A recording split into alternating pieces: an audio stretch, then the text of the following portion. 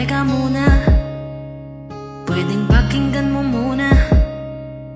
Huwag mo muna ako nasabayan, kasi lalo lang lalabo ang paliwanagan. Paano pa sisimulan kung matatapos na? Masisisi mo ba kung napapagod na? Kahit na mahal kita, hindi sapat na dahilan na manatili pa sa tabi mo. Kaya ko na